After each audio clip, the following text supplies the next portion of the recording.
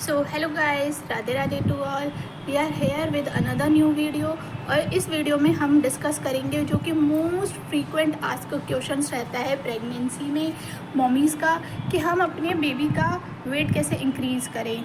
So yes, हम इस video में ये सब चीज़ें डिस्कस करेंगे कि ऐसे कौन कौन सी चीज़ें हैं जिससे आप अपने बेबी का वेट बढ़ा सकते हैं ड्यूरिंग प्रेगनेंसी। ऐसी कौन कौन सी चीज़ें जो आप खा सकते हैं और आपको सप्लीमेंट लेने हैं या नहीं लेने, और सप्लीमेंट लेना कितना सेफ़ है या नहीं। तो ये सब चीज़ें हम इस वीडियो में डिस्कस करेंगे। So let's start it. So yes, सबसे पहला कि ऐसा क्या खाएं जिससे हमारे बेबी का वेट इंक्रीज़ हो। तो मैंने अपनी प्रेगनेंसी में, मेरी दोनों प्रेगनेंसी में, क्रियांश के टाइम पे भी और इस बार भी कुछ भी कोई सप्लीमेंट नहीं खाया है। पर उसका मतलब ये नहीं है कि मैं आपको भी बोलूँगी कि आपको ये सप्लीमेंट मत खाओ। ये टोटली आपके ऊपर है। अगर आपके डॉक्टर बोलते हैं आपके बेबी का वेट बहुत ज़्यादा कम है और आपको सप्लीमेंट लेने हैं, सो प्लीज़ आप सप्लीमेंट लो, क्योंकि बेबी का जब वेट बहुत कम होता है तो प्रीमेच्योर डिलीवरी के चांसेस होते हैं। तो आप रिस्क मत लेना। बाकी अगर आपके बेबी का वेट एवरेज है और आप फिर थोड़ा बहुत बढ़ाना चाहते हो तो आप नेचुरल डाइट फॉलो कर सकते हो। मैं अपना एक्सपीरियंस आपके साथ शेयर करती हूँ कि मैंने कुछ भी सप्लीमेंट नहीं लिया था। और टू बी ऑनेस्ट, जब मेरी फर्स्ट प्रेगनेंसी स्टार्ट हुई थी मेरा wait was only 39 kg। Can you believe? और लिटरली मुझे यही डर लगता था फर्स्ट प्रेगनेंसी में कि मेरा इतना कम वेट है तो कहीं मिसकैरेज ना हो जाए या फिर प्रीमेच्योर डिलीवरी ना हो जाए। मैं सच में बहुत डरती थी। पर इसके बाद भी मैंने कोई सप्लीमेंट नहीं लिया। मैंने जो अपनी डाइट में मैंने जो लिए थे वो था स्प्राउट में आप क्या ले सकते हो, हरी वाली जो मूंग की दाल होती है वो, काले चने, और सोयाबीन की दाल आती है वाइट कलर की वो। इन तीनों चीज़ों को मैं पानी में सोक कर देती थी रात को, और ओवरनाइट सोक करने के बाद इसको अगले दिन मैं अच्छे तरीके से वॉश करके और सूती कपड़े में इसको बांध देती थी। तो उसमें छोटे छोटे स्प्राउट्स आ जाते थे, वो आपको खाने हैं। इससे बहुत जल्दी वेट गेन होता है और रिच सोर्स ऑफ प्रोटीन है, तो ऑब्वियसली बेबी के लिए भी बेनिफिशियल है। पर आपको इसको खाते वक्त क्या ध्यान रखना है कि आपको ये रॉ नहीं खाने।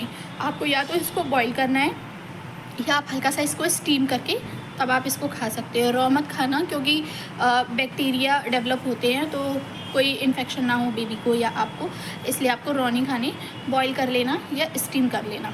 नेक्स्ट जो है वो मैंने खाया था बनाना मैंने फर्स्ट प्रेगनेंसी में भी बहुत लिया था, और इस प्रेगनेंसी में तो मैंने स्प्राउट नहीं लिए टू बी ऑनेस्ट, लेकिन लास्ट प्रेगनेंसी में मैंने स्प्राउट लिए थे, इस बार नहीं लिए।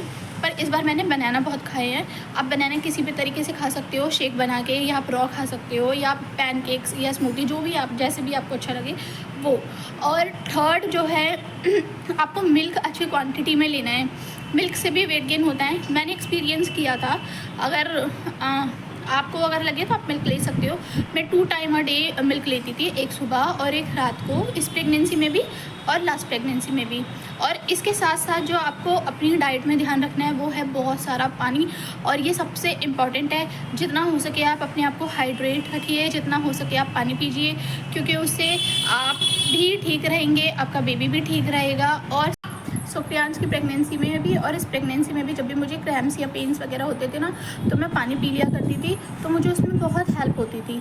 तो इसीलिए आप अपने आप को जितना हो सके उतना हाइड्रेट रखिए। अगर आप पानी नहीं पी पाते हैं ज़्यादा, मतलब पानी पीने में प्रॉब्लम होती है, मुझे फर्स्ट प्रेगनेंसी में बहुत दिक्कत होती थी, मैं इतना ज़्यादा पानी नहीं पी पाती थी। सेकेंड प्रेगनेंसी में तो मैंने ईजिली पी लिया, लेकिन फर्स्ट प्रेगनेंसी में मैं इतना ज़्यादा पानी नहीं पी पाती थी। तो आप क्या कर सकते हो, आप कोकोनट वाटर ले सकते हो, आप स्मूदीज़ ले सकते हो, आप ग्लूकोज ले लो, वाटर आप उसमें ग्लूकोज डाल के पी सकते हो। मतलब किसी भी तरीके से कोई भी फॉर्म आपको ऐसी लेनी है जिससे आपका ना वाटर इनटेक अच्छी तरीके से पूरा हो जाए।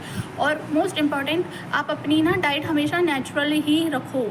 मतलब जंक फूड आपको नहीं खाना। हाँ यार, क्रेविंग्स होती है, मुझे भी होती हैं, पर नहीं खाने। वंस इन अ वाइल अगर आपको बहुत ज़्यादा क्रेविंग है तो आप खा सकते हो। फर्स्ट प्रेगनेंसी में भी मैंने इतना ज़्यादा नहीं खाया, और सेकंड प्रेगनेंसी में तो मैंने बिल्कुल ना के बराबर ही बाहर की चीज़ें खाई हैं। मतलब मेरे पूरे 9 मंथ होने वाले हैं, और इस बार मैंने सिर्फ 2 to 4 टाइम ही कुछ बाहर का खाया होगा, हार्डली, नहीं तो मैंने नहीं खाया। प्लस आपको चाय, कॉफ़ी और कैफ़ीन, कोल्ड ड्रिंक वगैरह, इनसे बहुत बचना है। कैफ़ीन तो आपको बिल्कुल भी नहीं लेना है। मैंने अपनी दोनों प्रेगनेंसी में बिल्कुल भी कोल्ड ड्रिंक नहीं ली थी, बिल्कुल अवॉइड करती थी। चाय मैं थोड़ी बहुत ले लेती थी कि सुबह सुबह के टाइम पे, लेकिन चाय भी आपको कम ही रखनी है, और कॉफ़ी का इंटेक भी आपको कम रखना है। प्रॉपर एक्सरसाइज आपको करनी है, प्रॉपर वॉक आपको करनी है। वॉक तो आप स्टार्टिंग से ही करना स्टार्ट कर देना, जैसे ही आपका सेकेंड मंथ लगता है या थर्ड मंथ लगता है, वॉक स्टार्ट कर सकते हो 15 मिनट से लेके आप जैसे जैसे आपका 9 मंथ स्टार्ट होगा तो आप 15 मिनट से लेते उसे धीरे धीरे इंक्रीज़ कर सकते हो 45 मिनट्स तक या फिर 1 आवर तक। मेरी अब जो वॉक है वो 45 आवर या 1 आवर की होती है।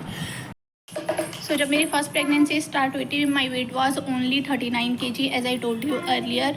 तो वो वाली प्रेगनेंसी में मेरा जो वेट था लास्ट टाइम तक, यानी कि 9 मंथ जो मेरा लगा था, उस टाइम पे रक्षाबंधन था 30 अगस्त का और 4 सितंबर को मेरी डिलीवरी हुई थी। तो उस टाइम पे मैंने चेक किया था, मेरा 52 kg वेट था उस टाइम पे। लास्ट टाइम तक मेरा इतना वेट गेन हो गया था। और इस बार जो मेरी प्रेगनेंसी स्टार्ट हुई थी तो एज ऑब्वियस मुझे टीबी थी, तो मेरा टीबी का ट्रीटमेंट चल रहा था, तो वेट मेरा 35 kg था। लेकिन जब मैंने कंसीव किया था तो 4 मंथ हो चुके थे ट्रीटमेंट को, तो मेरा थोड़ा सा वेट गेन हो गया था। तो जब मैंने स्टार्ट किया था प्रेगनेंसी, मतलब मैंने चेकअप कराए थे स्टार्टिंग में, तो मेरा 40 वेट था और अभी फ़िलहाल मेरा 53 वेट है। अभी हैं लाइक 22 डेज़ अभी हैं मेरे डिलीवरी को। तो देखते हैं कितना वेट गेन होता है। अगर होगा भी तो 1 kg या 2 kg अप्रॉक्स होगा या फिर 500 ग्राम ओनली। देखते हैं कितना वेट गेन होता है, पर 53 है। तो अगर आपका 10 to 12 kg वेट गेन होता है तो ये नॉर्मल है, इसमें आपको परेशान नहीं होना। और अगर आपका कम होता है लाइक 8 to 10 kg अगर आपका वेट गेन होता है तो भी नॉर्मल है। पर अगर ज़्यादा हो जाता है लाइक 14-15 तो आपको थोड़ा सा ध्यान देने की ज़रूरत है अपने शुगर इनटेक पे, अपने बीपी पे।